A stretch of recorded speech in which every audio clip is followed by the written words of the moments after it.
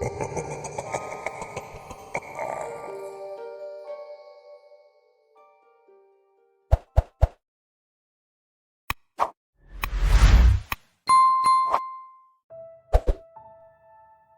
in 2012, I believe I stopped the apocalypse. I remember staring down at the endless hole in the desert with wonder and awe. It seemed to go on forever. A lifelong friend of mine named Bear stood by my side. He scanned the ground and found a large, smooth rock. It must have weighed at least 60 pounds. He rolled it over to the edge of the seemingly infinite void and let it drop.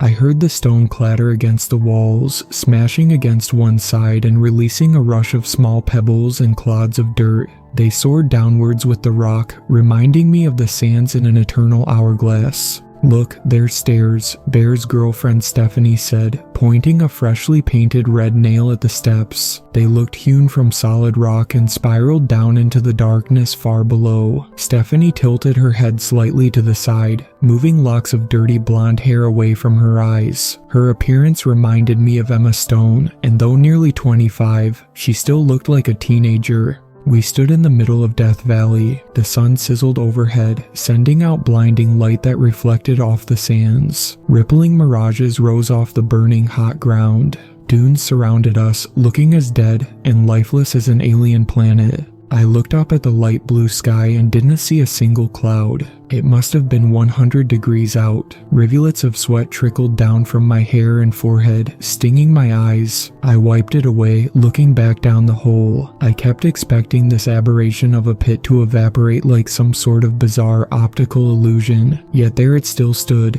a large circle about 30 feet across, with ancient granite steps. And, of course, the steps had no railings. They looked fairly narrow, maybe a couple feet across. Well, I considered that narrow, considering the thousands of feet of empty space I would fall through if I slipped. I thought about how the drop would feel, screaming for minutes and knowing I was about to die, the ground coming up to meet me, the air roaring like a tornado in my ears. I shuddered. The mental image seemed far too vivid.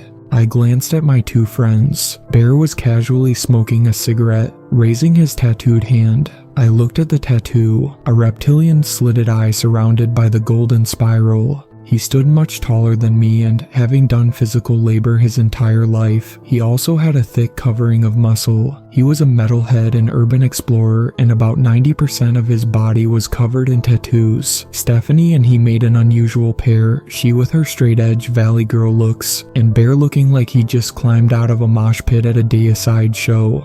He flicked a half-smoked butt into the pit, smoothing his long black hair with his hands. I watched the red light of the ember streak across the darkness and disappear into the endless shadows, waiting below. "Do you think anyone else knows about this?" I asked. Bear had a sly grin across his scruffy face. His blue eyes flashed with amusement. He put his arm around Stephanie. "Well, if no one has, maybe we can make money off of it," he said. Stephanie smiled faintly at that. "I've heard of people who discovered caves making money off giving tours. Maybe we can buy this crappy little plot of land out here." "This might be state land," I said. "Actually, it might even be federal. I'm not sure where the borders of the national park end. Not like anyone would be going around labeling borders out here." I waved my hand lethargically at the dead, sunburnt desert all around us. Absolutely no one lived out here, except maybe the secret mutant descendants of the Manson family. "Regardless, we should go explore it," Stephanie said. "If we're going to claim we discovered some new wonder of the world, we should be able to tell people what's in it." "Yeah, and what if we get lost and starve to death down there?" I asked. "There's no cell service out here. No one would ever find our bodies. We would just disappear into thin air. We can't even call anyone to let them know where we are." "That's part of the adventure," Stephanie said, laughing. "You weren't complaining when you dragged us all to that abandoned mental asylum and took us to the underground tunnels." "I'm with Stephanie," Bear said, gesticulating crazily with his hands. "I want to go explore. I think it would be awesome to have a cave system named after us. We still have flashlights and plenty of food and water in the car. I have lighters and knives, cigarettes and booze, hell, even my pistol. Not like I think we'll need it, unless there's rattlesnakes down there that we need to shoot." In hindsight, it was amazing just how wrong he was. We each had a backpack filled with goods. Since we had been traveling across California and camping, seeing every national park possible, we had plenty of extra supplies. In fact, the issue became the amount of weight each of us could carry. I had them fill the backpacks with as much food and water as possible, leaving only room for ammunition, jackets, and some extra clothes. "You act like we're going to be down there for the next year," Stephanie complained, rolling her eyes as she hefted the heavy backpack around her shoulder with a soft grunt. "Alright, let's do this. I am so excited right now. I feel like Bilbo Baggins must have when he walked out his front door with Gandalf." Bear grinned like a madman, lighting up another cigarette. Without a word or a moment of hesitation, he put his backpack on and jumped down to the first step, a drop of about 5 feet. My stomach did flips just watching him. He apparently had no fear of heights at all. As I looked down on Bear, it struck me how perfect the circular formation of the pit was. It almost looked man-made or somehow unnatural. Nature rarely works in straight lines and perfect circles after all. Stephanie went next, lowering herself carefully from the edge and hanging down by her arms until her feet were securely on the step. Unlike Bear, who at times I thought might be slightly insane, she did not simply jump onto the stone. I edged closer to the pit, looking down. A sense of vertigo overtook me. The eternal blackness of the void seemed like a dilated pupil, a staring eye. I felt watched from below, but I was not going to look like a chicken shit in front of my friends. They were both clearly excited, especially Bear, who started hopping from one foot to another, anxiously looking up at me and waving me on. He reminded me of a puppy excited about going on a walk. They had already started descending and stood a few dozen feet below the first step. With a thudding heart, I followed Stephanie's example, slowly lowering myself down from the ledge onto the first step. Once secure, I looked down. The circling stairs almost seemed like a slit-open conch shell, the swirling golden spiral extending into forever. My friends looked so small standing on those unceasing steps, and for a moment my intuition screamed at me, "Get out, get out." But instead I took a deep breath and started the descent into the bottomless pit. We traveled for hours. I lost track of time. All of our phones stopped working, and even though I had just charged mine, the screen simply went black. Stephanie's watch stopped ticking after a few minutes descending. I didn't know if there was some kind of magnetism in the pit that disabled electronic devices, but regardless, we no longer had any way to tell time. "God, how long has it been?" Stephanie asked after our 5th break. We sat on the steps, our headlamps sending eerie bouncing shadows all around us. A few of the steps nearby had thin, jagged cracks running through the stone, branching like lightning bolts. I wondered if they would crumble under our feet as we passed. "It feels like at least 6 or 7 hours, Bear said, no longer as excited as he was at the start. Part of it was undoubtedly fatigue, which we all felt. I had a creeping suspicion we had made a colossal mistake by coming down here. Bear still had a sense of determination, however, and he wanted to keep going. "How far down do you think we are?" No one answered. The air felt oppressive and extremely heavy. "What do you want to do if we don't find anything in the next hour or so?" I asked. "I mean, are we just going to keep going down forever? We should make a plan to turn around at a certain point." "Oh man, give me a break," Bear said, rolling his eyes. "What in the hell do you have to do today? You act like this isn't the coolest thing we've found on this trip. We should keep going down until we find something, or until we need to turn around because we're running low on water and food. This is probably a once-in-a-lifetime opportunity, man." I sighed. My legs ached and my feet screamed at me. I could feel the blisters rising on my toes. We rose and started descending again. It was then that we heard a sound like a lion roaring echoing up from far below. It sounded predatory and animalistic but magnified to a deafening cacophony like an exploding hydrogen bomb. The stairs began to shake. Falling streams of dust and pebbles streamed down all around us. I tried to scream, but I didn't know if I actually was, because all I could hear was that demonic roar. I clung to the wall of the pit as the sound started to fade and then rapidly died down to nothing. Within a few seconds, it had passed. I looked at Bear and Stephanie. They looked pale and shaken in the bright LED lights of the headlamp.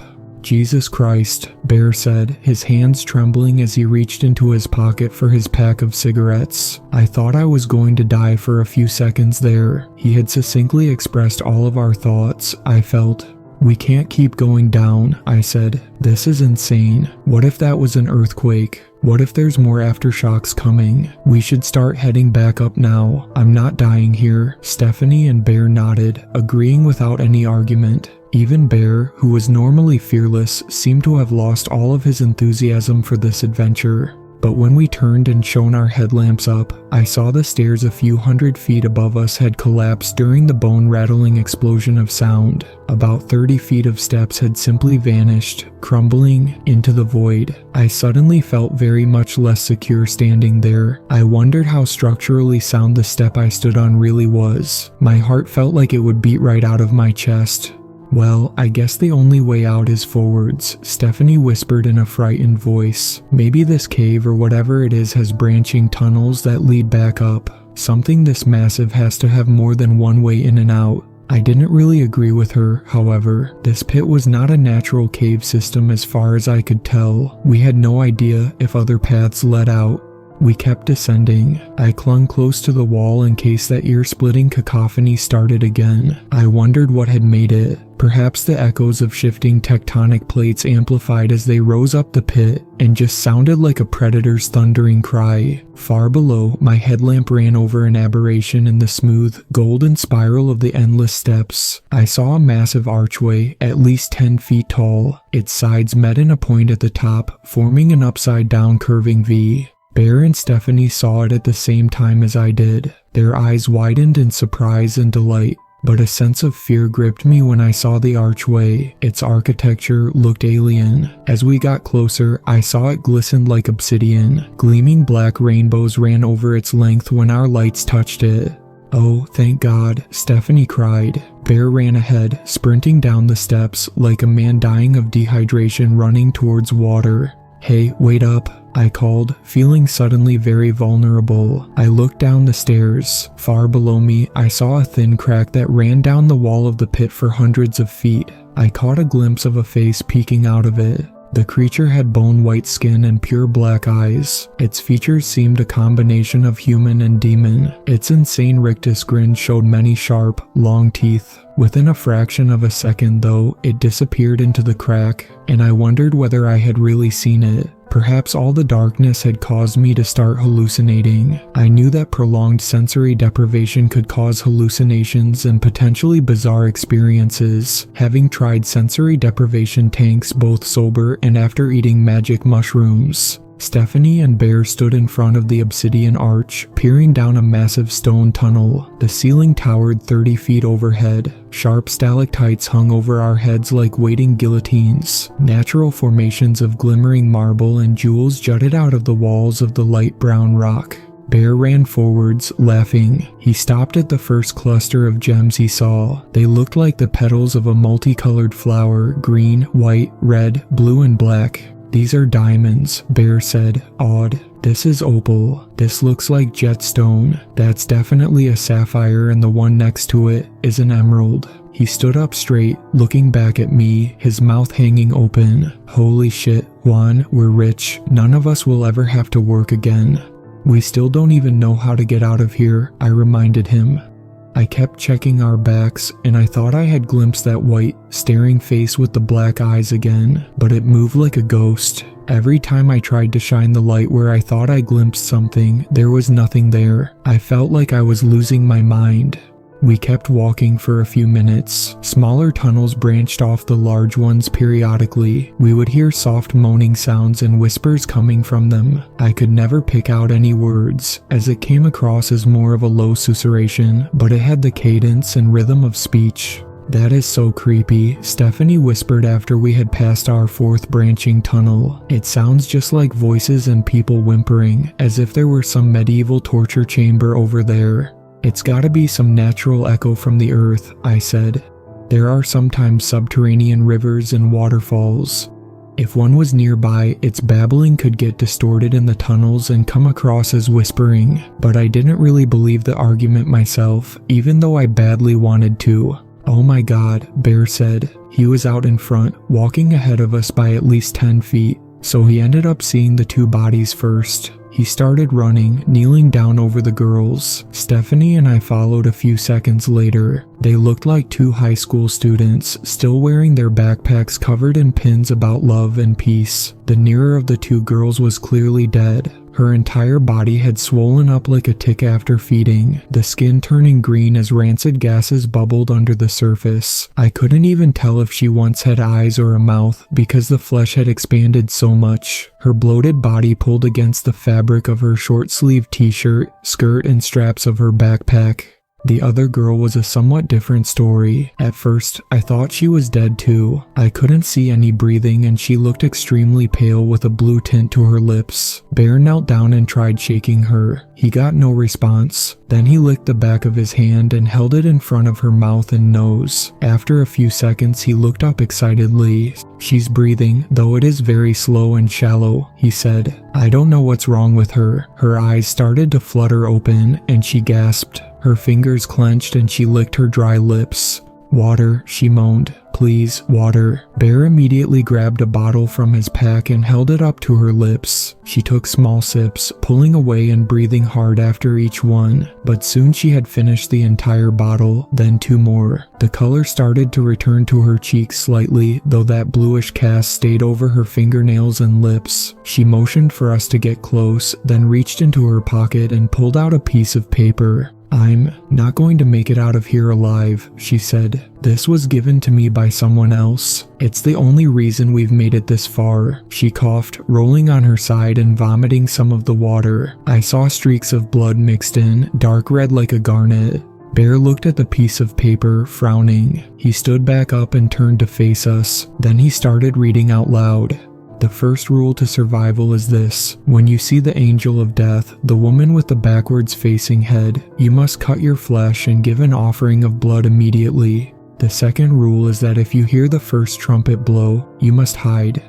Anyone who does not leave the main tunnel by the time the second trumpet blows will know undying agony.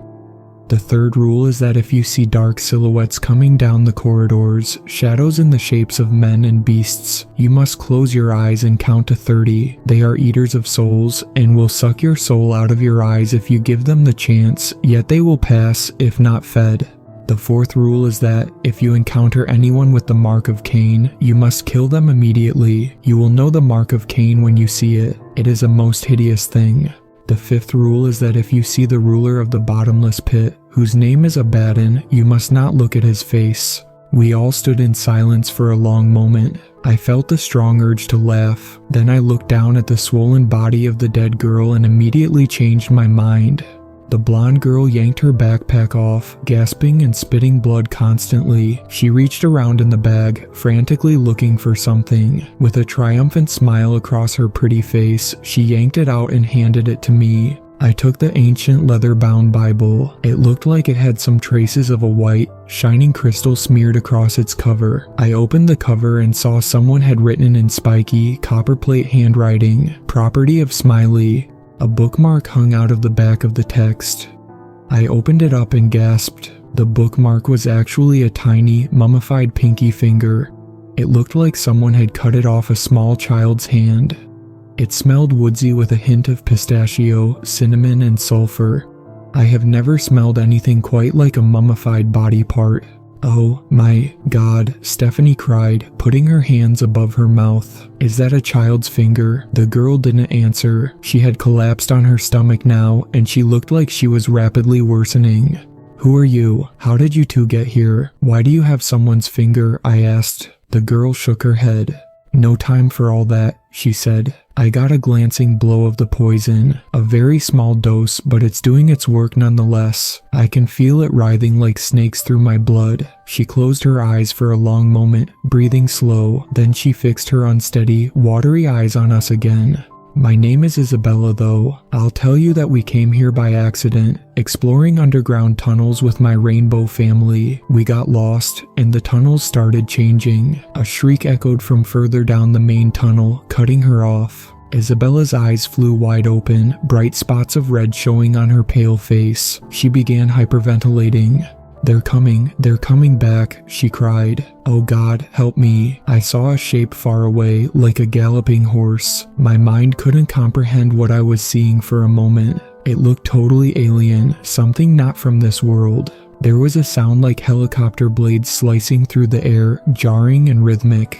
As it got closer, I saw a bizarre and monstrous creature. It looked almost like a giant flying scorpion. It was about the size of a Great Dane. Its legs writhed and skittered like massive alien eyelashes. I saw its stinger dripping clear, lethal venom as if it were salivating through its tail. Its spiky wings looked like those of a dragonfly's, blurring in a sea of motion as they propelled it forward. It was, in reality, the face that affected me most, however. It had a human face, complete with changing expressions. It had no hair on its body, but even without eyebrows, I could see the scowl of bloodlust and fury. The eyes had a filmy look, as if covered in cataracts. The pupils looked faded behind the veil, the irises a muddy gray. Bristling spikes stood out the top of its head, black, pushed-back quills with barbs on the end. Overall, the creature was one of the most instinctually repugnant and frightening creatures I had ever seen. Bear and Stephanie stood there, their mouths opened, just staring. Isabella tried to crawl away. She had thrown her backpack to the side. "No," she moaned. "No. Oh." "Bear," I cried. "Shoot it. Shoot the goddamn thing. What are you waiting for?" He looked like a man waking up from a nightmare for a moment, his eyes moving quickly around before focusing on me. Then a smile broke out on his face. With the creature only a few steps away, I thought we were all dead. But in a blur, Bear yanked the giant black pistol from its holster. With a booming echo like a shout from God, he fired at the abomination's eerily human face. The head exploded in a fountain of bone splinters and bright blue blood. Its wings continued to pound the air crazily, and the body continued coming at us for a few more feet. Then it crashed to the ground, sliding, its stinger and tail still striking out at the air. I jumped back and saw Bear and Stephanie do the same. It landed on top of Isabella, soaking her in its blood. She screamed. The stinger continued to drip clear poison from its wicked-looking barb. I saw drops of it sliding off the creature's body and onto Isabella's skin. It burns, she cried, trying to wipe away the poison. But she was on her stomach, and with the creature pinning her down, she couldn't reach. Like some ancient Chinese water torture, the drops continued to fall, searing and lethal. "I need help, guys," Bear said as he tried to lift the heavy creature off Isabella. Stephanie and I went around, giving the stinger and poison a wide berth. I reached under its body. It felt slimy, cold, and just revolting. It was like the texture of drowned earthworms after a summer rain. As I pushed, I felt a sogginess in its skin, and blue blood the color of antifreeze soaked my hands. I wanted to pull away. I felt soiled. I wanted to take a long shower and wipe the filth of this creature off me. The body started to lift. With a grunt, the three of us pushed it off Isabella. I looked down at her and realized it was too late. Her eyes rolled back in her head, showing only the whites. Her legs began to kick violently, her fingers spasming as her arms jumped and danced. She began to make a choked, gasping sound. Then her skin started to turn a sickly, cancerous green. Her whole body began to swell before our eyes. She gave a death gasp and stopped kicking, finally falling limp. As we left the corpses behind, still shaken, Bear looked at the Bible Isabella had given us. "Juan, why do you think there's a human finger in here?" Stephanie asked, still repulsed by it. "Is that some sort of occult thing? Maybe witchcraft?" I shrugged. I knew a lot more about history and books than either Bear or Stephanie. They almost never read, while I read constantly. Fingers have been used in occult rituals for thousands of years. In the ancient Buddhist scriptures, a madman and extremely talented warrior used to go around killing random people and taking their fingers for a necklace. They called him Angulimala, or finger necklace. There may be some relation to worship of Kali, the goddess of destruction. He ended up converting to Buddhism, renouncing violence and becoming enlightened though. In modern rituals, witchcraft still uses severed fingers. Fingers represent dexterity, touch, and manipulation of faraway objects. Cutting off a finger also symbolically represents a cutting of ties in an occult ritual. I shrugged.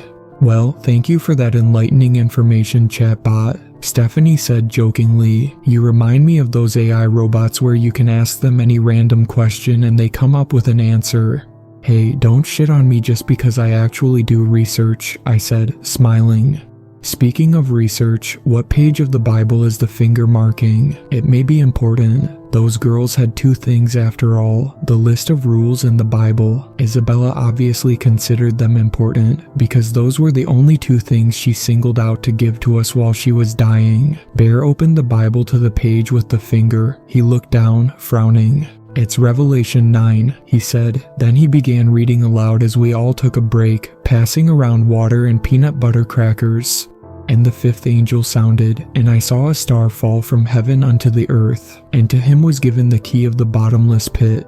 And he opened the bottomless pit, and there arose a smoke out of the pit, as the smoke of a great furnace, and the sun and the air were darkened by reason of the smoke of the pit.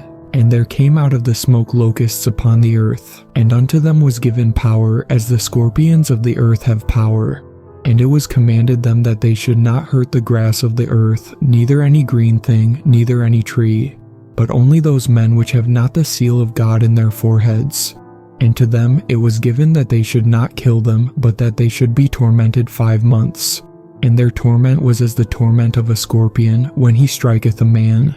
And in those days shall men seek death, and shall not find it, and shall desire to die, and death shall flee from them. He stopped reading, his voice reverberating eerily down the stone corridor, bouncing off of priceless gems and hard sandstone. So that thing we killed was a locust? Stephanie asked. It looked a lot more like a scorpion to me. It doesn't really matter, it's neither a scorpion nor a locust, I said. It's clearly a different species from either. Perhaps it's lived down here for millions of years, hunting in the dark. But it just makes it all the more important to find a way out of here as soon as possible. There could be thousands of those things down here. Millions maybe. I mean, really, who knows how big this place is? Sighing, we got up and continued looking for a way out.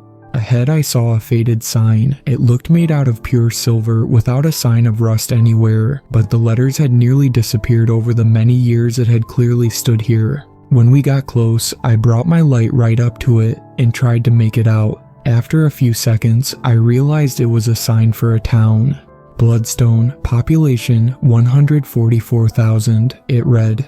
The faded, ancient sign for the town seemed to point down a smaller branching corridor to our left. There were no gems or high caverns on this path. It seemed like some ancient civilization had carved the narrow corridor out of the stone itself. A path a few feet wide stretched out in front of us, going totally straight as far as the eye could see. Which way? Bear asked. Stephanie looked excitedly down the path to Bloodstone. Population 144,000, at least if I believed the sign.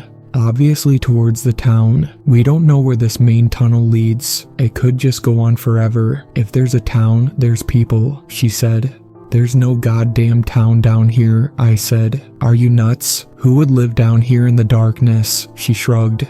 We walked for hours down the carved stone trail to Bloodstone. It went straight the entire way until it started to open up. The ceiling and walls expanded until, within a few minutes, we found ourselves in an enormous cavern. There were doors and empty windows carved into the rock. Even the ladders were made from stone. I saw hundreds of these ancient homes, stacked one on top of another. A pale face peeked around the corner, its massive black eyes practically bulging out of its head.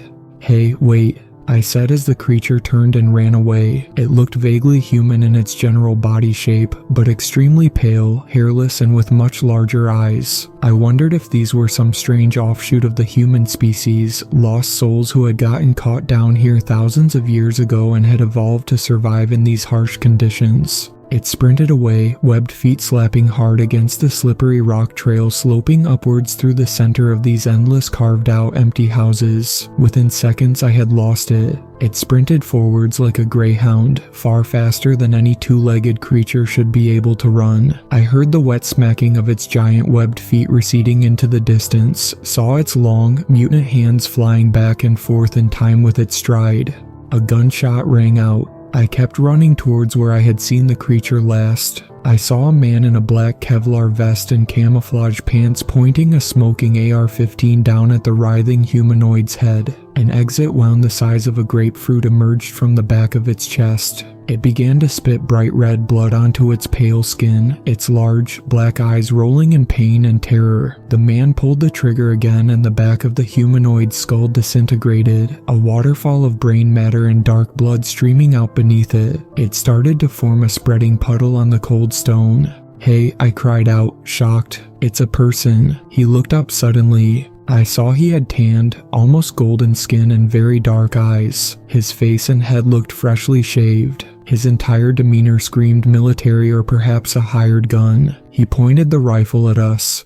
"Put your hands up," he said slowly. He had a strange accent that sounded vaguely Caribbean, but I couldn't place it. We all put our hands up slowly, though I saw Bear's fingers twitch as if he wanted to go for his pistol. "Where did you come from?"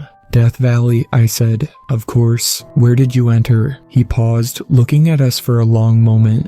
"Don't worry about me," he said. "What's your name?" We introduced ourselves. He grunted. "You all need to turn around. My agency is currently doing excavations in this area, and we don't need civilians running around. It's bad enough we have these things crawling everywhere." He pointed to the white, mutated corpse bleeding at his feet, emitting a rank smell of shellfish and coppery blood.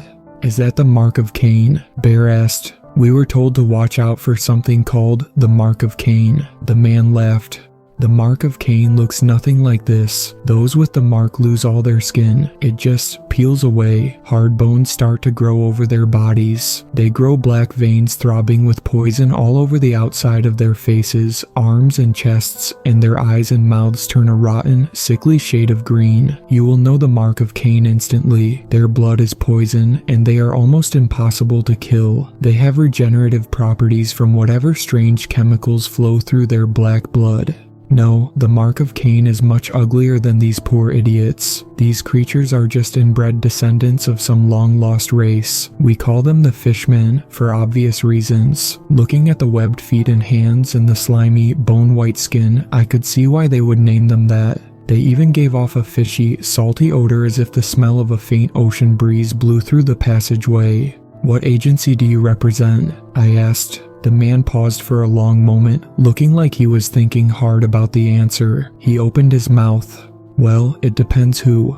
He started to say. A resonation began to sound, cutting him off. At first I thought it was an earthquake sending off echoing cacophonous vibrations through the cavern, but as it grew louder, I could hear the shrieking, harmonizing notes of some massive trumpet. Rocks started to fall all around us, first just small pebbles from cracks in the ceiling and walls, and then larger and larger stones. I saw the soldier spin away from us and begin running towards one of the houses carved into the stone. I tried calling him, but I couldn't even hear myself scream in the din of the deafening trumpets. With my adrenaline spiking, I motioned for Bear and Stephanie to follow. Without looking back to see if they would, I started sprinting towards the same house the soldier had entered. I did not want to lose the one person who might know what's going on.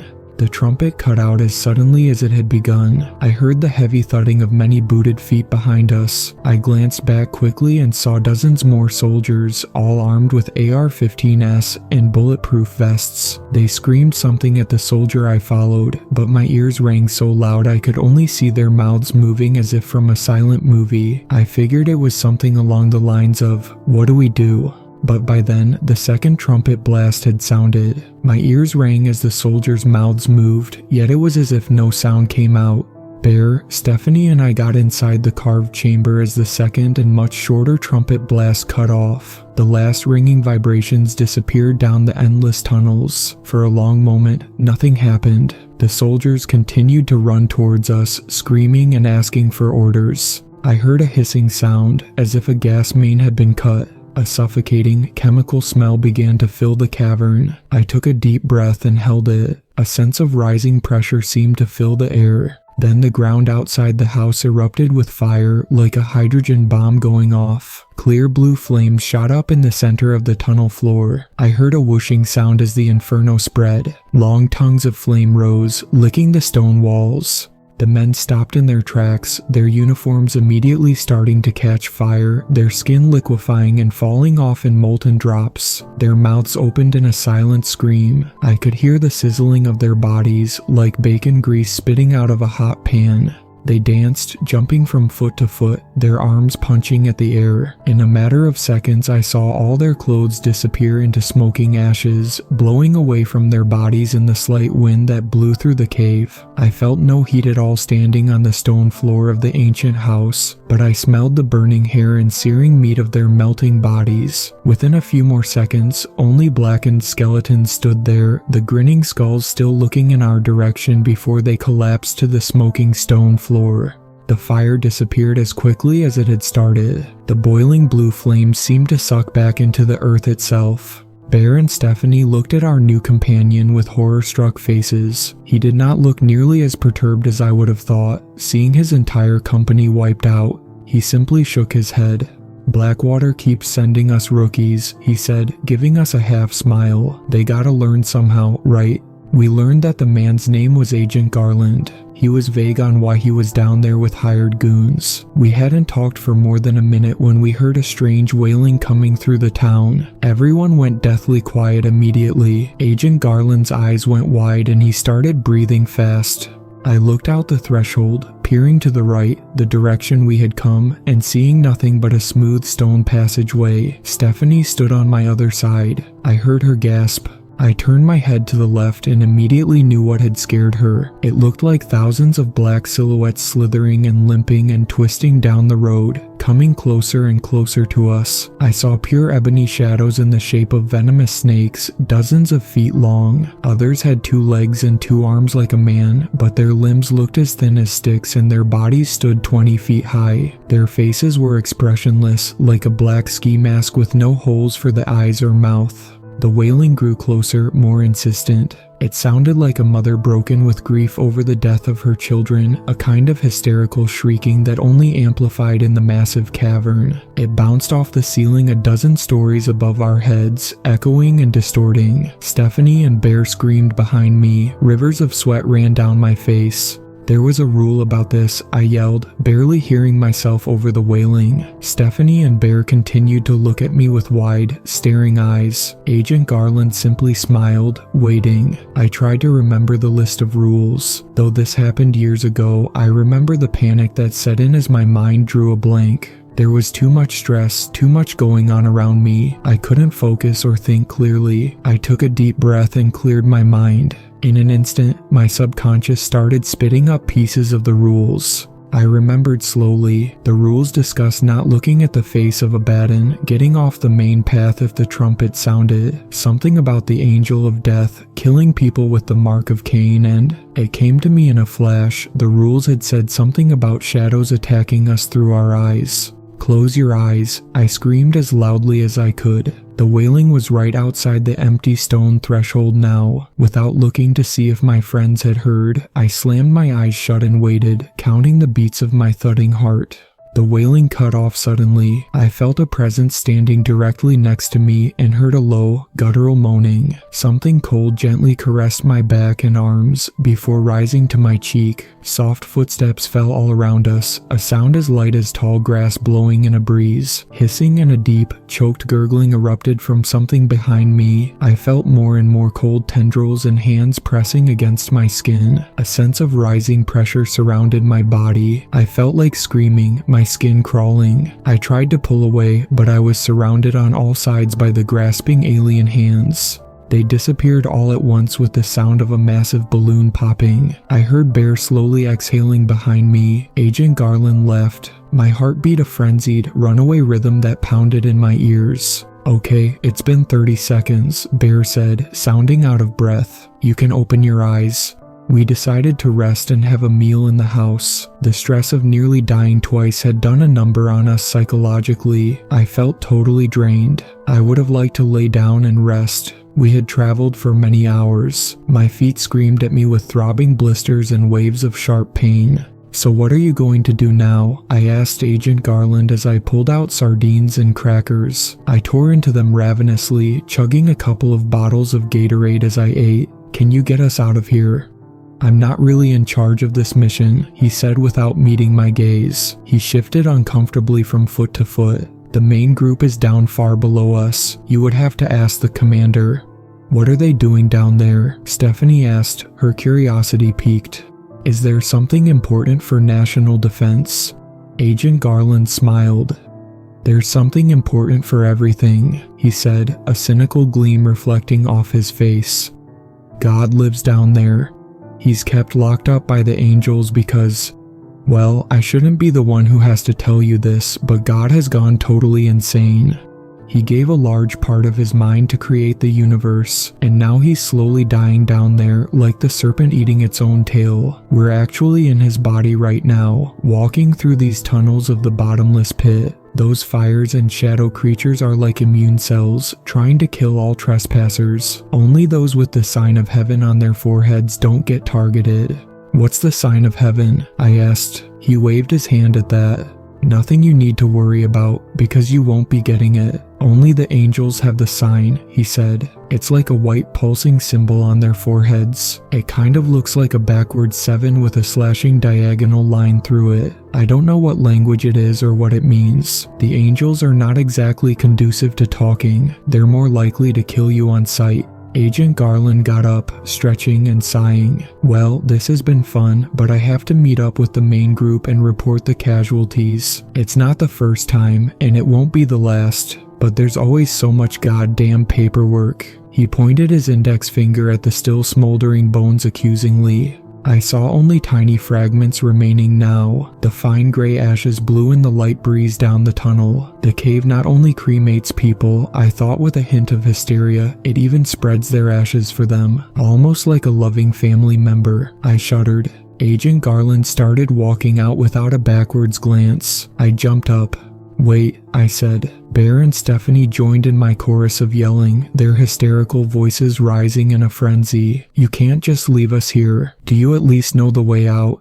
"The way out," he responded, still walking away, "is further in. If you find the center, you'll find the exit. There are many paths in, but only one out. So it is, and so it has always been." And with that cryptic message, Agent Garland disappeared around the corner. I wondered if I would ever see him again. After a minute of discussion, we decided to follow in Agent Garland's tracks. We hoped that if he was heading down into the deeper levels, the center where he claimed God lived, that we could simply tag along and get the hell out of this madhouse. And yet, no matter how fast we walked, we couldn't catch a glimpse of him. I didn't know if there were secret tunnels somewhere in the thousands of stacked stone houses of Bloodstone, but if there were, we had a snowball's chance in hell of just finding one of them randomly. "This is bullshit," Bear said gruffly, sweating heavily again. He sulked like an angry child, fingering his holstered gun. We headed deeper into Bloodstone. It looked like it had once been a marvelous city. It had ancient stone posts where lamps used to burn. In the center of street intersections, beautiful statues of angels loomed over the dead land. The caverns opened up above us more and more. After it had risen hundreds of feet, our flashlights lost sight of it. The headlamp simply would not pierce into the darkness that deeply. "These look like the statues Michelangelo did," Stephanie observed, looking at a heavily muscled angel in a robe ripping open the jaws of a massive serpent. The angel's stone wings hung out behind it, long projections that dwarfed its body, but it looked different from the statues of angels I had seen. Its wings looked much more reptilian, like the wings a dragon might have. They had bat-like webbing between the pointed bones that ran out in a graceful curve to spikes, and its eyes had a sheen of cruelty and arrogance that came through even in the carving. I pointed this out to Bear and Stephanie. They looked slightly unnerved by the observation. "Well, who's to say that the descriptions of angels done by ancient artists have any relevance to reality?" Stephanie said. "They could look reptilian, or could be made of light, or they could be totally extraterrestrial and incomprehensible. Humans only base observations of life on what they see on Earth, but they can't comprehend what other forms life could take. Maybe these angels aren't even from our planet." I thought about it. What she said made a lot of sense. "No, there's no way evolution would make such a similar creature to a human being," Bear said, speaking for the first time. I jumped slightly. "These angels look like people with wings to a large extent." So either people and angels evolved from a common ancestor, or people were made in the image of angels, or... I'm saying that these statues might not be what the angels actually look like, Stephanie said. Oh, yeah, okay, Bear said, returning to his sullen state. He continued to keep his hand on the holstered pistol, nervously looking left and right. I felt it too. There was a feeling of being watched. We continued to walk through the streets of Bloodstone. I caught glimpses of what I assumed were what Agent Garland called the fishmen, white, pale faces with large, black eyes. They were extremely fast, and by the time I even glimpsed one out of the corner of my eye, it had gone. But they didn't bother us. They seemed content with just watching us pass. Maybe they were more afraid of us than we were of them. We had entered a different part of the city with graceful towers that extended far up into the darkness when we encountered the first creature with the evil deformity called the Mark of Cain. These remind of the Leaning Tower of Pisa, Stephanie observed as Bear smoked a cigarette, trailing behind us. I looked up the architecture with admiration. The ground floor of the massive stone tower had dozens of archways leading in, almost like a spider's compound eyes looking out on the abandoned city. These ancient people must have been powerful to build all this, I said. Do you think they tunneled it out of... A soft sound interrupted me, but in the silence, it came out jarring. I heard a choked, gurgling laughter. It was a soft sound that quickly faded to nothing, like a man with a slit throat trying to laugh in his final moments. But I could tell from the way Stephanie and Bear froze that we had all heard it. Bear took out his gun and spun to face the threat. A tall, twisted figure slid silently out of one of the shadowy archways of a nearby tower. Its head nearly scraped the top of the threshold, a height of nearly 10 feet. As our headlamps illuminated the newcomer, I saw a face straight from the wildest nightmares of a delirium tremens patient. The description Agent Garland had given us of the Mark of Cain paled in comparison to its true horror. It looked like its face had somehow flipped inside out. It had no skin or eyelids or hair anywhere. The bony, off-white skeletal plates on its forehead joined with raised cracks running across its scalp like ugly scars. Two eyes shone out with a shade of green that reminded me of putrefying infection and fetid swamps. They glowed with their own inner light. Dark, twisting veins ran like the slash marks across its entire body, throbbing with each beat of its alien heart. They writhed like fat worms, a rapid, quivering pulse passing through them every few moments. The creature's strange, green eyes glowed brighter with excitement and bloodlust. It had no lips, just sharp bones that met in a line. When its mouth was closed, I couldn't see any sign of it, but as its plated legs sprinted with powerful strides towards us, it opened its mouth in a silent scream. I saw its jaw unhinge like a snake's, falling down to its chest. More sickly green light flooded out, illuminating the entire street with its fetid illumination. As it got to within 20 feet of us, I saw that deep cracks ran through the rest of its body, zigzagging in small, tight lines like black stitches. Bear fired. It rang through the rocky cavern with a blast like a cannon firing. I saw the first bullet smash into the creature's face. Part of its skeletal face blew apart, the cheek shattering like ceramic. In a frenzy of bullets, Bear pulled the trigger again and again in the space of a second. The abomination's kneecaps and shin bones were covered in white, bony plates, almost reminding me of some ancient gladiator's protective uniform. But the large caliber bullets of the pistol blew the legs of the creature apart in a flash of bone splinters and black blood. The smell of gun smoke filled the air. I also noticed a subtler but still somewhat foul stench that reminded me of sulfur and campfire smoke. It emanated from the creature's body. With an ear-splitting shriek like a steam whistle exploding, its open green mouth erupted with cyclonic whirls of green light. A piece of the light spun off from the bubbling, frothing mass streaming from its mouth. The piece looked like some sort of floating cloud of ball lightning about the size of a basketball. It came at us like a cannonball from hell, blurring through the air. Rippling currents of electricity sizzled and popped as it spun, flying straight at Stephanie's head. An overwhelming odor of ozone followed it. Bear sprinted towards Stephanie. I saw it happen as if in slow motion. He tackled Stephanie to the cold stone ground. The ball lightning flew over her head and missed her by mere inches. As she fell, her hair flew up. A flash erupted as the ball lightning touched a lock of it. That part of her hair erupted into blue flames and disappeared without leaving ashes or smoke.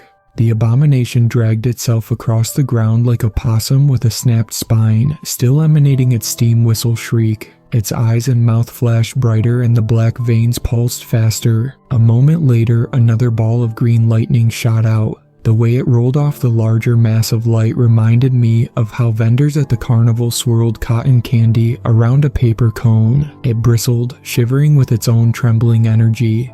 Then it flew at me. I stood amazed as it curved through the air, this new death sensation that shone with a cancerous green light. As the ball lightning soared towards me, I came to life. It soared through the air with the speed of a cannonball. I heard the screams of Bear and Stephanie behind me, but it all sounded like an incomprehensible jumble. I jumped to the side, but it was far too late. The glowing ball of energy seared the flesh on my right arm. I smelled my skin cooking in its own fats. I landed on the ground as a bolt of agony shot through my body. Bear had reloaded and sprinted forward towards the broken body of the creature. I raised my head and saw with horror that it had already started to heal. Tiny black veins like worms stuck out of the wounds on the creature's head and legs, restitching the repulsive bony growths that composed its exoskeleton. They jumped and danced as they worked, the rounded ends of their tiny, leech-like heads performing a miracle before our very eyes.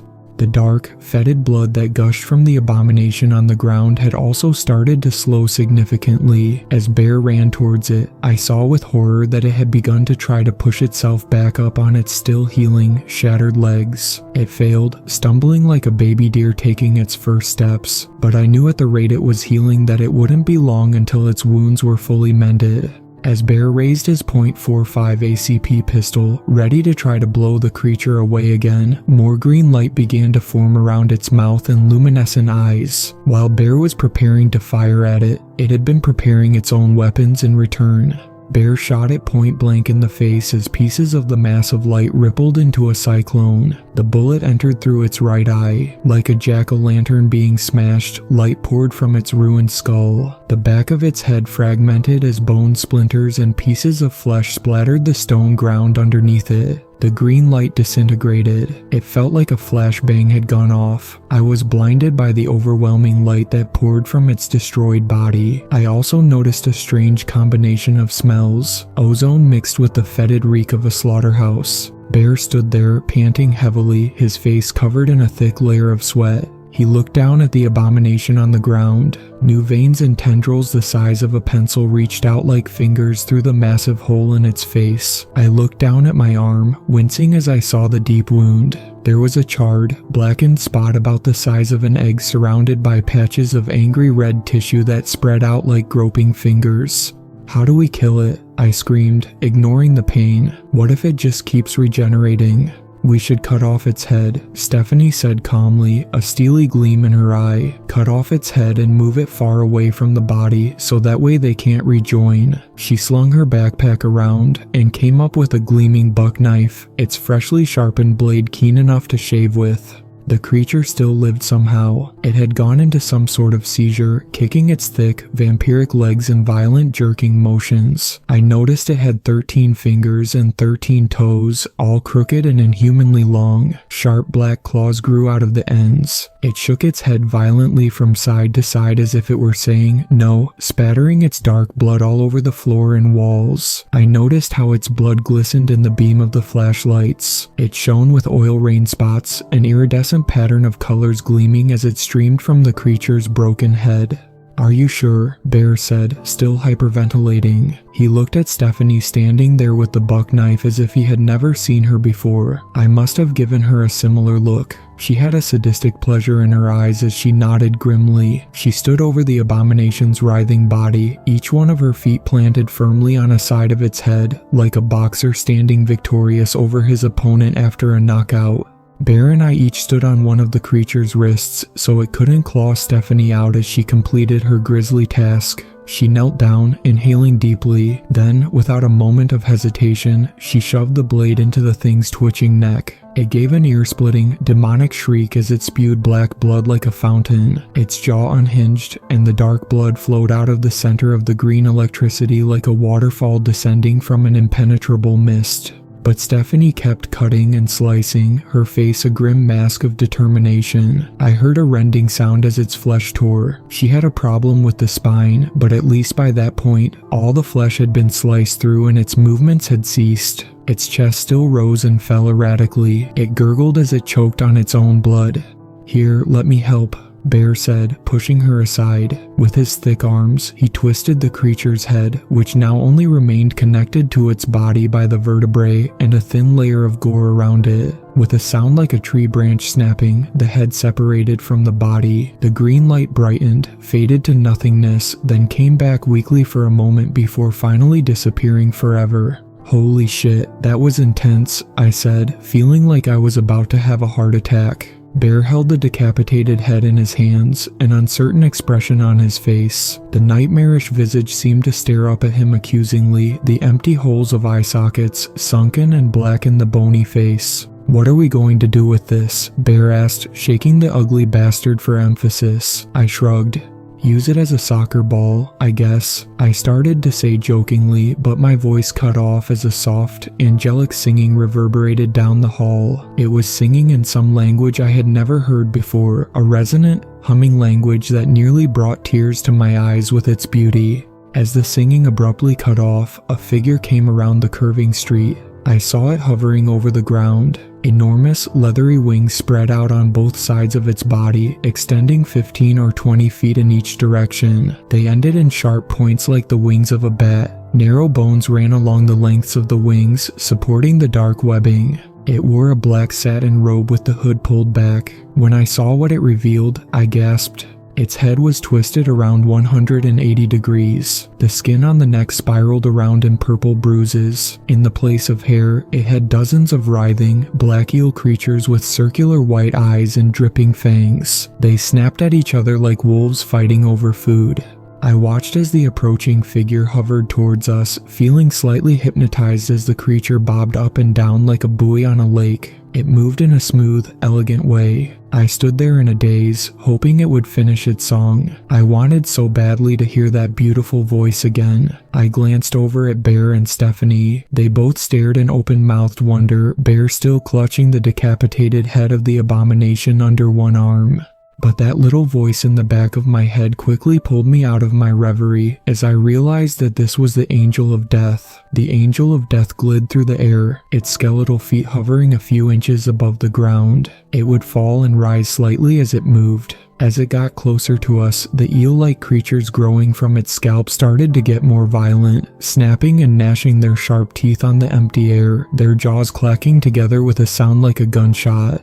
Stephanie was actually the first one to break out of the trance. She whispered as if afraid to draw the attention of the angelic abomination.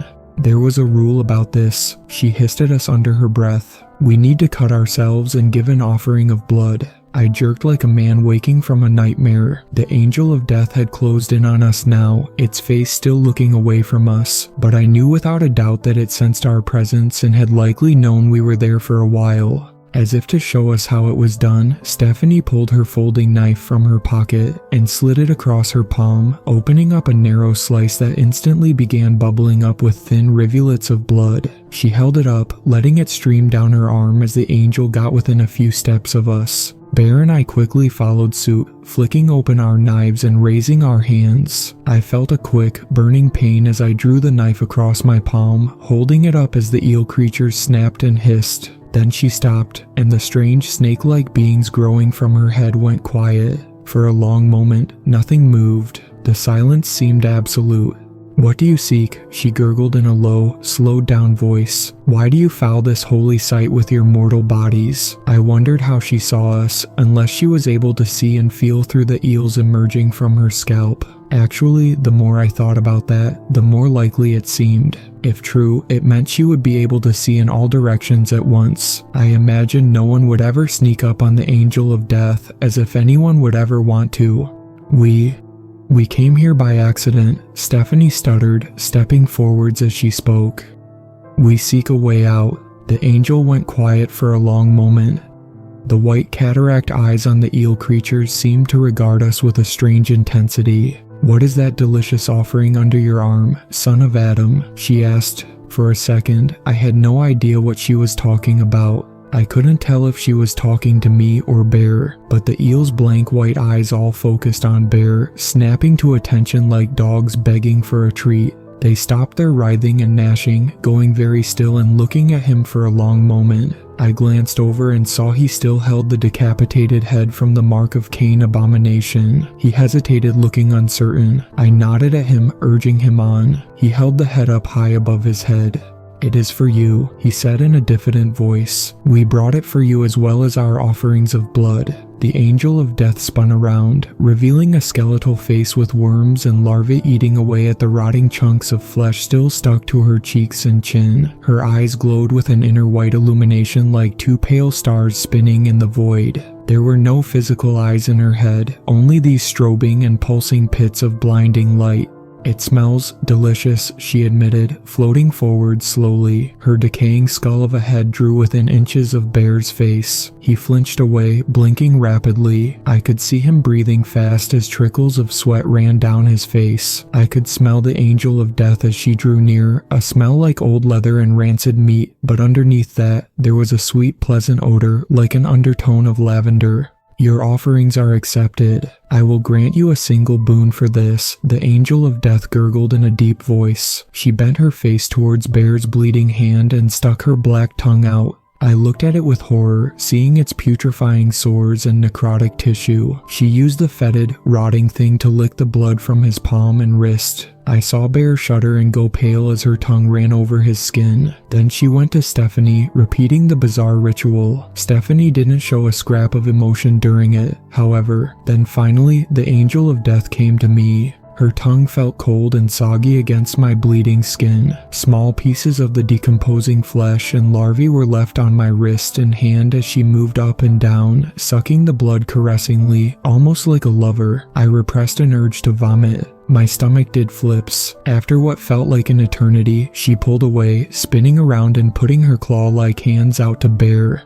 "Your tribute," she demanded. Reluctantly, he gave her the head. Her arms bent backwards in a way that no human arm should bend, twisting and popping with soft cracking sounds. She threw the decapitated head up to the eel creatures growing from her scalp. They cracked open the bony exoskeleton with a sound like a walnut shell breaking open. It revealed the spongy pink flesh underneath. It seemed infused with some kind of green growth, almost like tendrils of mold that ate its way through its brain and muscles. The eels quickly stripped it clean, sticking their pointy snouts in and snapping up the meat with rabid hunger.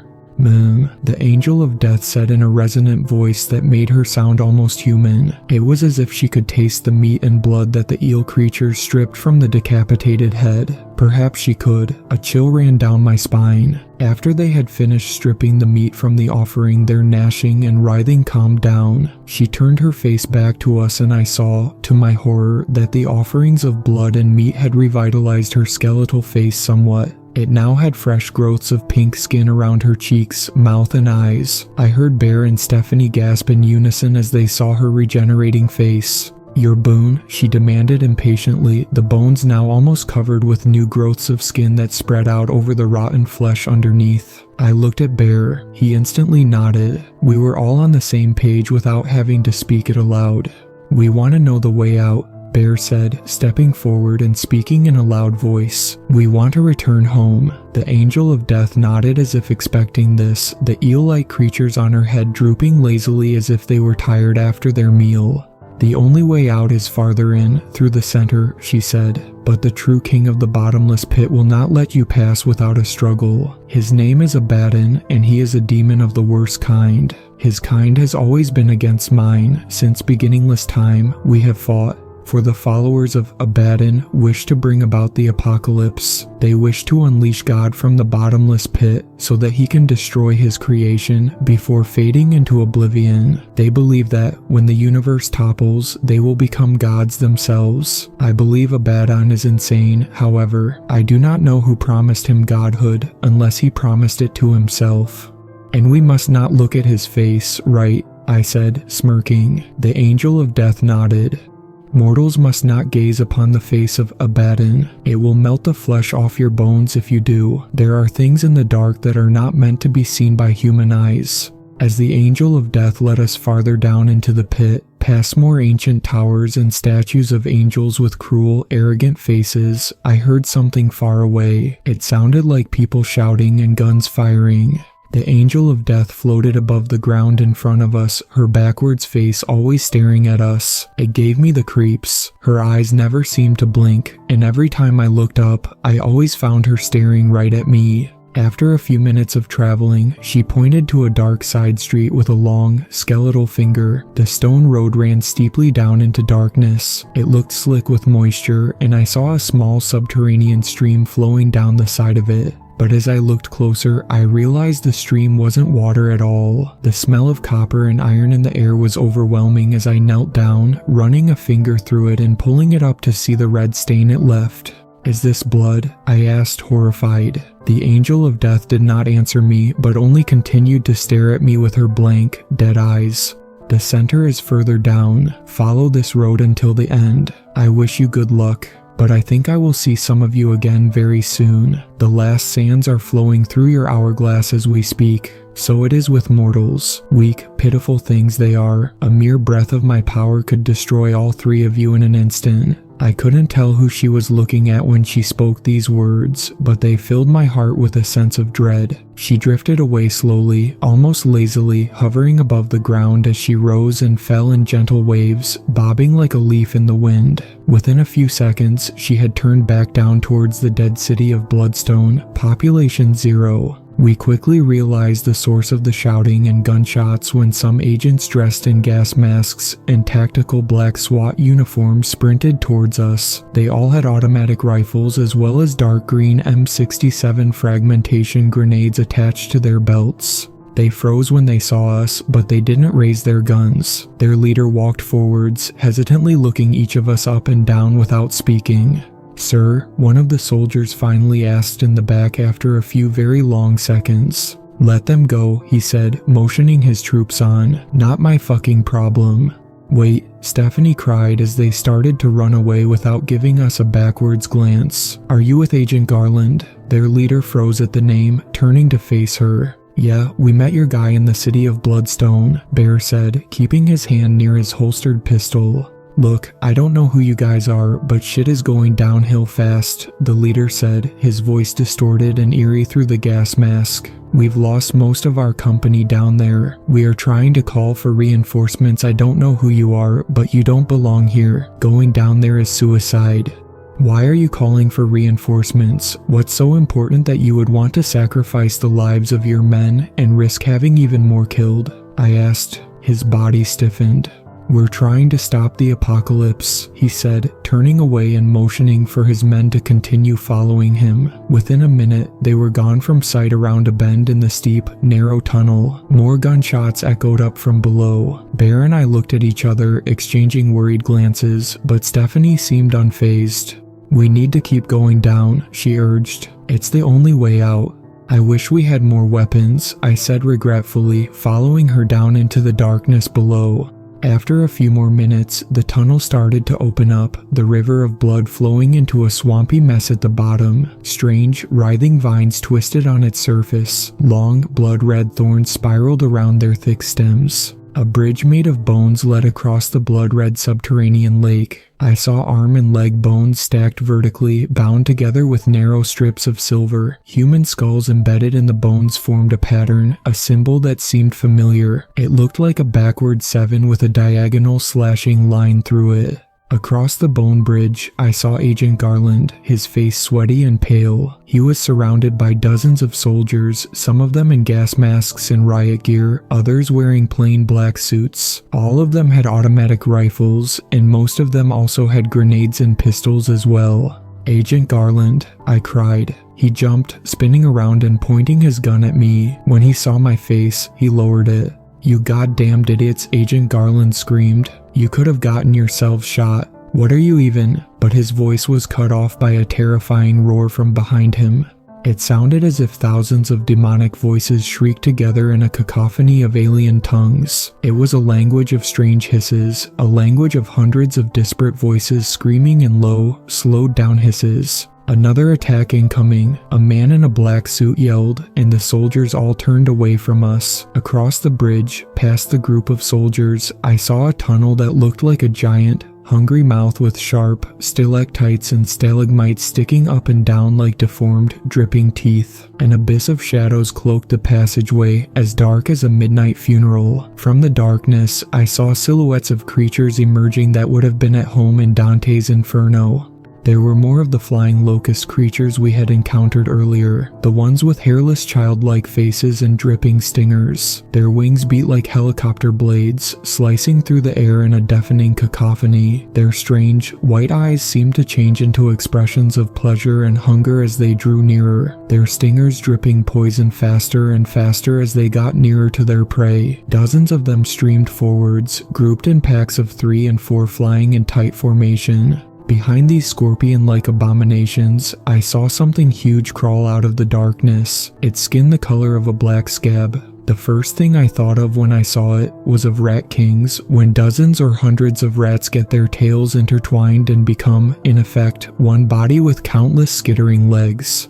This was a conglomeration of many burnt, blackened bodies melded together with dozens of arms and dozens of legs sticking out of it. Multiple heads on top moaned in agony, their open, toothless mouths drooling blood and black fluid onto the burnt mass of skin below. Their lidless eyes had faded blue irises surrounded by bloody sclera. They constantly cried crimson tears. These demonic conglomerations towered over the soldiers, each one 15 or 20 feet tall, their dozens of legs twisted in peristaltic waves, resembling the movement of some giant millipede. It propelled the entire mass forwards at a superhuman speed. I saw it scuttling towards us in a blur, and even though this happened years ago, I still see those abominations in my nightmares, and I regularly wake up screaming. The agents opened fire. Bear pulled out his gun, and Stephanie and I took out our knives. My burned right arm shrieked in agony as I reached into my pocket. I didn't know it at the time, but that would be the last time the 3 of us would stand together in this life. As the abominations skittered close to us, I saw Stephanie grab a black key she kept hanging around her neck on a silver chain. The pendant looked ancient, like some sort of key to a medieval dungeon, but it had no sign of rust anywhere on it. It shone like jetstone, glossy and smooth. She let it drop back under her shirt where it disappeared. It looked like it had some strange occult symbol on it, almost like a 7. For a moment, I wondered if Stephanie was into witchcraft. The flying scorpions descended on the soldiers like dive bombers. They had dark, spiky tendrils flowing back from their heads with wicked barbs at the end. Their faces looked like those of hairless, mutated children. Their eyes looked faded, the pupil hiding underneath the milky film like some leviathan swimming under the ocean. Agent Garland sprinted towards a machine set up on a folding table nearby, in the middle of other military hardware. It looked like some sleek, futuristic sewing machine with handheld speaker sets connected to it by wires. He frantically started screaming into one of the speakers. "We need backup immediately," Agent Garland shrieked over the sound of gunfire. I saw 3 of the scorpions swoop down on a soldier in camouflage pants and a Kevlar vest. The soldier raised his gun, blowing the face apart on the nearest abomination. Sapphire blood streamed from the destroyed mass of tissue that was its head. Clear venom continued to stream from its stinger as it crashed to the floor, rolling on its back and twitching like a dying hornet, its tail still whipping crazily in all directions. But the other 2 scorpions dodged the bullets, their dragonfly wings beating the air hard. They fell straight down on top of the soldier. One wrapped its tail around him, while the other used its stinger to inject venom straight into his back. The man twisted, his mouth an O of terror and agony. He dropped his gun, his eyes fluttering. Within a fraction of a second, his body began to swell and change colors. As they flew back down the tunnel they had come from with their new meal, the soldier used the last of his energy to reach down into his belt. He grabbed an M67 fragmentation grenade and pulled the pin. I also saw he had more on his belt that would undoubtedly detonate during the explosion. The scorpions were only about 50 feet away, with soldiers scattered all over the massive cavern, firing and screaming and dying together. "Everyone down," I shrieked, backpedaling away from the struggle. Grenade. Agent Garland looked up suddenly as the cave erupted into a fireball. A roaring filled my ears. I felt fire lick my skin and smelled burning hair. People started screaming all around me. Shards of rock and dust started falling all around us. I felt one smash into my head. Stunned, I reached up and touched my forehead, pulling my fingers back and seeing them covered in crimson streaks. I looked back the way we had come. More scorpion creatures flew towards us. I grabbed Stephanie's hand and shouted over the cacophony of gunfire and screaming.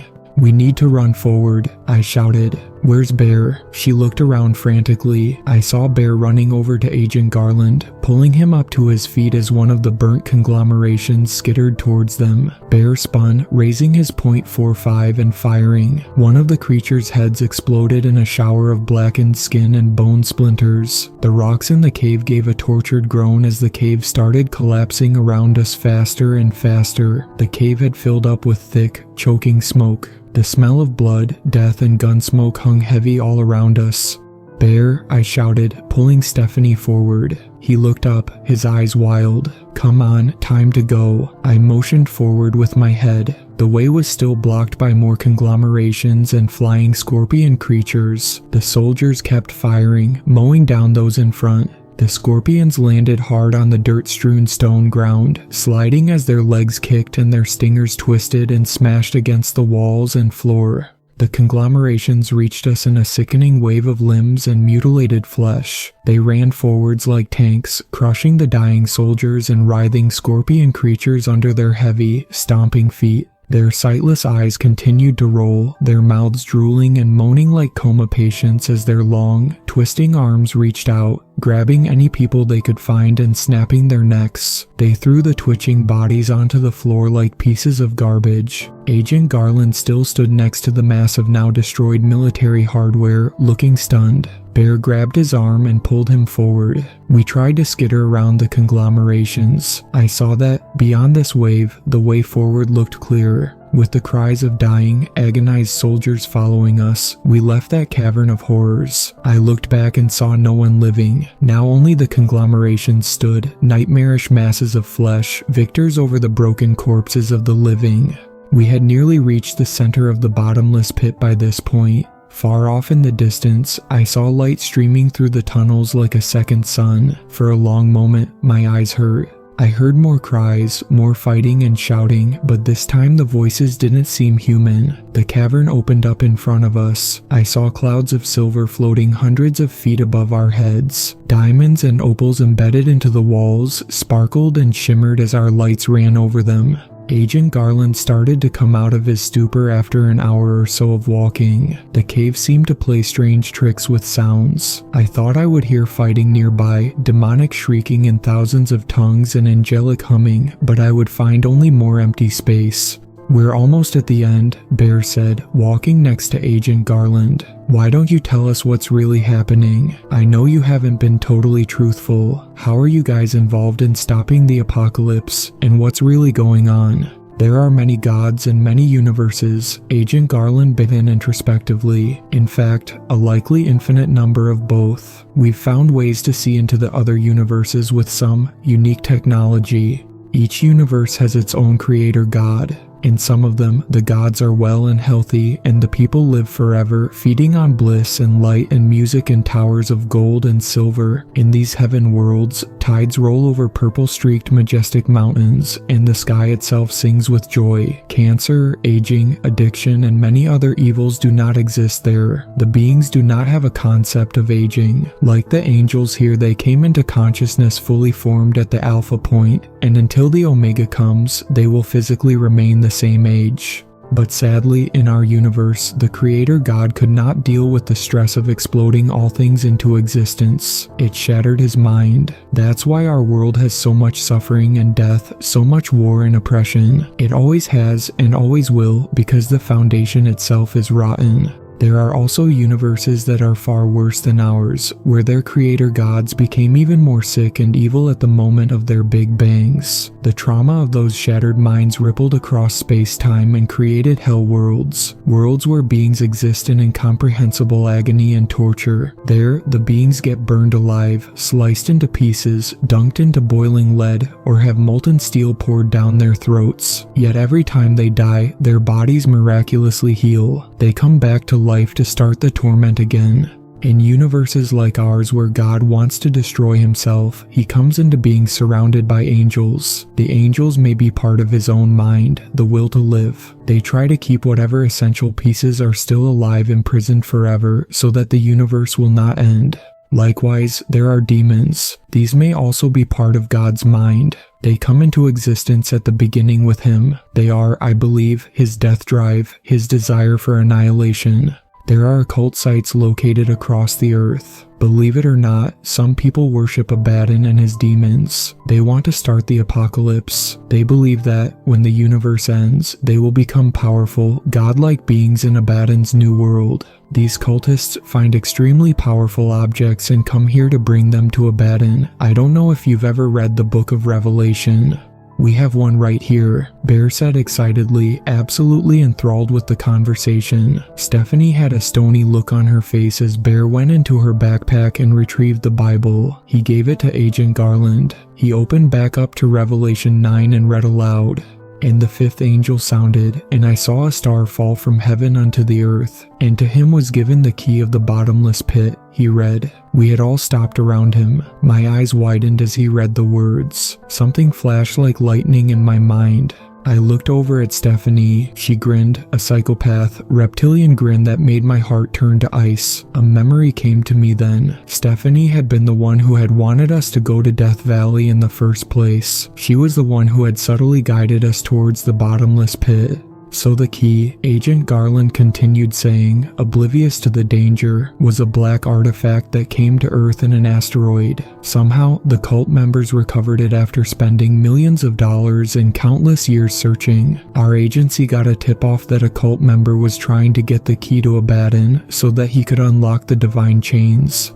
Stephanie, I hissed. Everyone looked at me, Stephanie with amusement and bloodlust, Bear and Agent Garland in confusion. She has the key. She is the cult member. She must have led us here on purpose. Bear spun, starting to raise his gun, but Stephanie had already seen it and stepped forward. With a lunatic cry, she stabbed Bear in the neck. His gun went off, the shot smashing through the silver clouds high above us as he fell back, dying. He choked on his own blood as Agent Garland went for the pistol holstered on his camouflage pants. There was a demonic roar directly behind us. We both twisted our heads, seeing the body of something red, massive and hellish. It towered high above us, 40 or 50 feet tall. It had thick legs like a tree trunk. Its feet looked like those of some enormous rhinoceros. Looking up at its stomach, I saw the crimson flesh ragged and only connecting in strips. Behind it, I saw a pulsing, dark mass of black blood and organs. I am Abaddon, the creature roared in a voice like a cannon firing. My body froze as ice water ran through my veins. Agent Garland's mouth hung open. He looked from Stephanie to Abaddon. Stephanie kept her eyes lowered. No one was looking at his face. Stephanie bowed in front of the nightmarish figure standing there. Two dark, reptilian wings stretched out from behind his back. I caught a glimpse of some monstrous crown on his head, 3 sharp, silver spikes rising dozens of feet above him. Abaddon, she said, kneeling. I come as your faithful servant. I have brought... Agent Garland jumped forward, putting the gun to Stephanie's head. Just as he was about to fire, a long, twisted hand came down and crushed him. His body exploded in a shower of gore and spattering blood. It soaked my face and chest. I felt a silent scream welling up in my throat, but the adrenaline coursing through my body sent me into action. I ran forward, jerking Stephanie's head up so that she was looking straight at Abaddon's head. I used my other hand to keep her eyelid pried open. She began to shriek, her body growing hot under my skin. It felt like she was burning alive from the inside. Her face began to drip and melt like candle wax, the flesh falling off in strips. Her scream grew deep and harsh. Slowly, it started to fade. I looked down, seeing a skeleton in my hands. A skeleton with clothes on and a sacred key. I grabbed the key. I saw it had a sharp, dagger-like point at the end. Abaddon started to shriek with fury, his demonic voice shaking the stones. From further down in the tunnel, dozens of angels streamed forward, their deafening battle cries reverberating around the cavern. In front of them, I saw the angel of death, her face towards me as she smiled.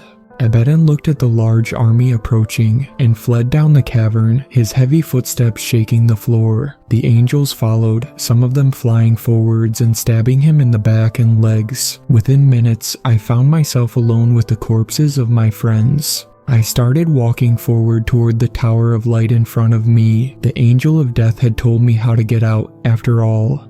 The only way out is further in. With the key securely placed around my neck, I crossed a bridge made of fine threads of silver and gold. All around the bridge, a blinding effulgence rained down on me. Behind it, I saw trillions of eyes flicking around madly. They surrounded me on all sides, radiating light, their pupils dilated and wild. From everywhere and nowhere, a voice began to speak, shaking me to the core. I am the Alpha and the Omega, the first and the last. I am the fountain of life. God's voice rang out like thunder. It wasn't a human voice, but instead had a strange, metallic ringing behind it. It roared and echoed around me with a sound like rushing water. I stood silent, staring into the foundation of existence itself. I saw human eyes, bird eyes, goat eyes, snake eyes, and many others not of this world. Some eyes just radiated light, glowing like headlights in the abyss. "Why have you come before us?" The voice boomed with a sound like a nuclear bomb detonating.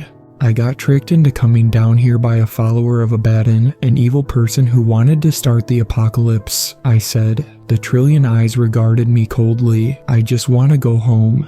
Abaddon is, indeed, great.